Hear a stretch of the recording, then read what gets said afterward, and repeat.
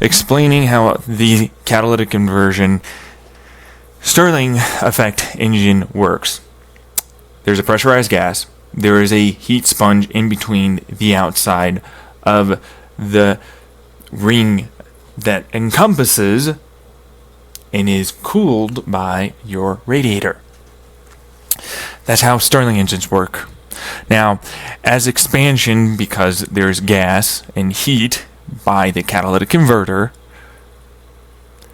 there's magnets, there's momentum, there's spin, all of which creates electricity, or if you so choose, you can add in gears that are vertical or worm gears that spin and rotate that you can then add to your drivetrain.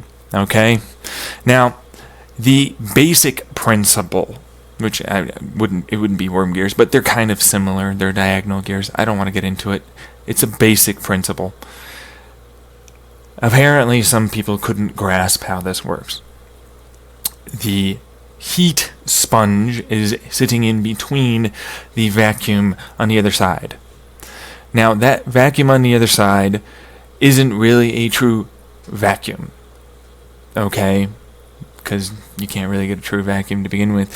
But the point I'm trying to make is that this is going to now be because they made me, it's not a real thing. I'm just pissed at how people don't understand things, and I'm sure they wouldn't grasp what it is I'm saying, but my concept design is basically two of these damn rings, one of which has the expansional, then this happens to have to move through the cooling side. The cooling side is then, of course, rotating on the outside.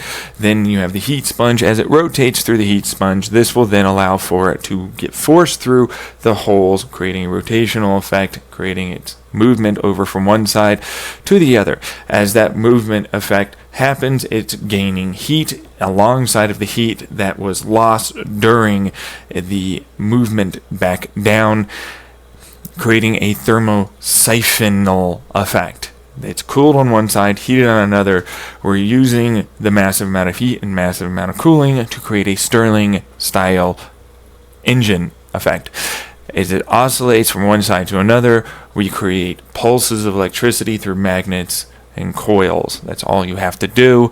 We already have flashlights that use literally the same technology of a ring magnet that happens to have a coil attached to it. Okay? You shake it up and down and you get light for quite a while. This is just meant to help efficiency. I cannot believe that people honestly can understand how to make their own. It's very frustrating and vexing that someone genuinely who believes themselves to be intelligent is not able to just shut up and think about how to make it work. Just think creatively and come up with solutions to make it work. You're not, I am. There's a reason why you're not a concept creative artist, designer of any kind, and I am. There you go.